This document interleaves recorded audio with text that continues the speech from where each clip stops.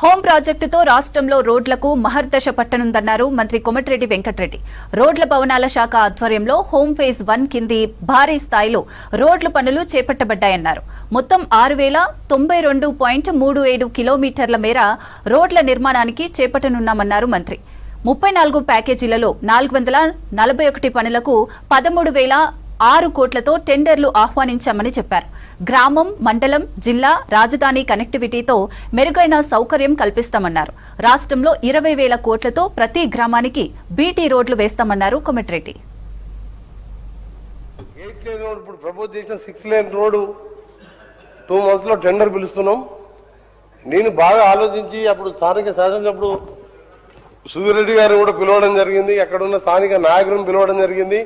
అదంతా కూడా నడుచుకుంటా తిరిగి ఒక ఆలోచన చేశాం.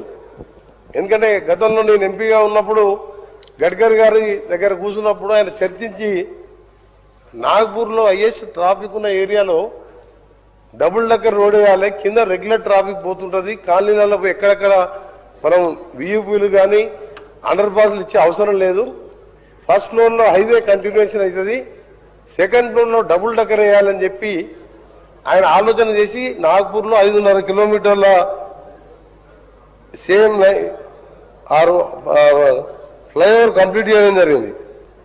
కానీ ఇన్ని కాలనీలో వాళ్ళందరూ చేయమంటారంటే సార్ మాకు 2.2 కిలోమీటర్స్ పోయి యూటర్న్ చేసుకొని రావాలి, మీరు మొత్తం ఫెన్సింగ్ చేస్తున్నారు యాజ్ పర్ నేషనల్ హైవే కండిషన్తో ఏం చేయాలంటే అప్పుడు నేను గడ్కరీ గారి దగ్గరికి వెళ్ళి సార్ మీరు నాగపూర్లో చేసిన విధంగా చేస్తే దాదాపు 60-70 కాలనీలు ఉన్నాయి, 10-15 లక్షల మంది ఉన్నారు అని చెప్పి ప్రపోజల్ పెట్టిన తర్వాత ఫస్ట్ చూస్తానని చెప్పిన ఆ తర్వాత కంటిన్యూస్గా ఫాలోఅప్ చేసి దాన్ని డిపిఆర్ చేసి సేమ్ నాగపూర్ మోడల్లోనే ఇది చేయడానికి ఆల్మోస్ట్ ఆల్ ప్రపోజల్ కూడా అప్రూవ్ అయింది. Next month annual budget meeting ఉన్నది, దాంట్లో అప్రూవ్ చేస్తారని చెప్పి గడ్కరీ గారు ఇప్పటికే దానికి సంబంధించిన డిపిఆర్ కూడా చేయడం జరిగింది. 99% 1-2 months లోనే దీన్ని అప్రూవ్ చేయించుకొని ఒక 6 months లోపల టెండర్ ప్రక్రియ పూర్తి చేసి అది పూర్తి చేపిస్తామని చెప్పి ఈ సందర్భంగా ఇక్కడ ఆ ప్రాంత ప్రజలకే కాదు ఇది హైదరాబాద్కే, ఎందుకంటే 2 స్టేట్లను కలిపే రోడ్, అది విజయవాడ ఆంధ్రప్రదేశ్ తెలంగాణ కలిపే రోడ్డు. ఔటర్ రింగ్ రోడ్కి వెళ్ళి మళ్ళా మధ్య సిటీ మధ్యలో రావాలంటే మళ్ళీ 60-70 కిలోమీటర్ల లెంత్ పెరుగుతుంది. సో ఈ రోడ్డు ఖచ్చితంగా శాంక్షన్ అవుతుందని చెప్పి మీ ద్వారా సభలతో పాటు ఆ ప్రాంత ప్రజలకు తెలియజేసుకుంటూ ఇంకొక ముఖ్యమైన సమస్య అధ్యక్ష, గతంలో 2022లోనే దాన్ని 6 లేన్గా చేసే అగ్రిమెంట్ ఉన్న జిఎంఆర్తోని, జిఎంఆర్ వాళ్ళు చేయక 2 రాష్ట్రాలు విడిపోయినాయి, మాకు నష్టం వస్తుందని చెప్పి కోర్టుకు వెళ్తే అది ఆగిపోయిన పక్షంలో జిఎంఆర్ని క్యాన్సల్ చేపించి ఇప్పుడు నేషనల్ హైవే టోల్ కలెక్టర్స్ మళ్ళా అదనంగా 10,410 కోట్ల రూపాయలతోని ఇలా 6 లేన్ ప్లస్ 2 సర్వీస్ రోడ్తోని నెక్స్ట్ మంత్ టెండర్ పిలుస్తున్నాం. దాన్ని కూడా డిపిఆర్ కూడా ఫైనల్ స్టేజ్ లో ఉన్నది. 2 months లోపే టెండర్ ప్రక్రియ చేయాలని చెప్పి దాన్ని కూడా ప్లాన్ చేస్తున్నాం. ఎందుకంటే హైవేస్ చాలా ఇంపార్టెంట్, యాక్సిడెంట్ పెరిగిపోతున్న ఈ సందర్భంలో హైదరాబాద్ ట్రాఫిక్ పెరిగిన దృష్ట్యా హైదరాబాద్కి వెళ్ళి ఇప్పుడు వేరే తుక్కుగూడకి వెళ్ళి మననూరు కానీ మననూరు నుంచి శ్రీశైలం వరకు అసలు మీరు ఎక్కడ కూడా ఎవరు కూడా ఊహించలే.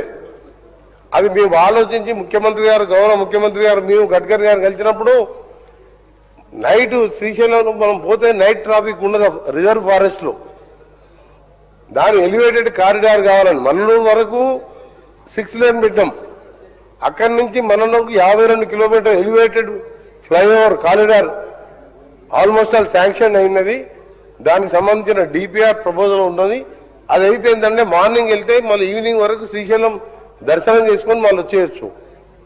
అక్కడ ఉండడానికి ఇబ్బందులు అయితే ఒక రోజు మళ్ళీ నైట్ జర్నీ ఉండదు, రిజర్వ్ ఫారెస్ట్ కాబట్టి దానికి ఉండదు, ఘాట్ రోడ్లో రిస్క్ ఉంటుంది కాబట్టి ఆ ఫ్లైఓవర్ కూడా 7,600 కోట్లతోని శాంక్షన్ స్టేజ్లో ఉన్నది.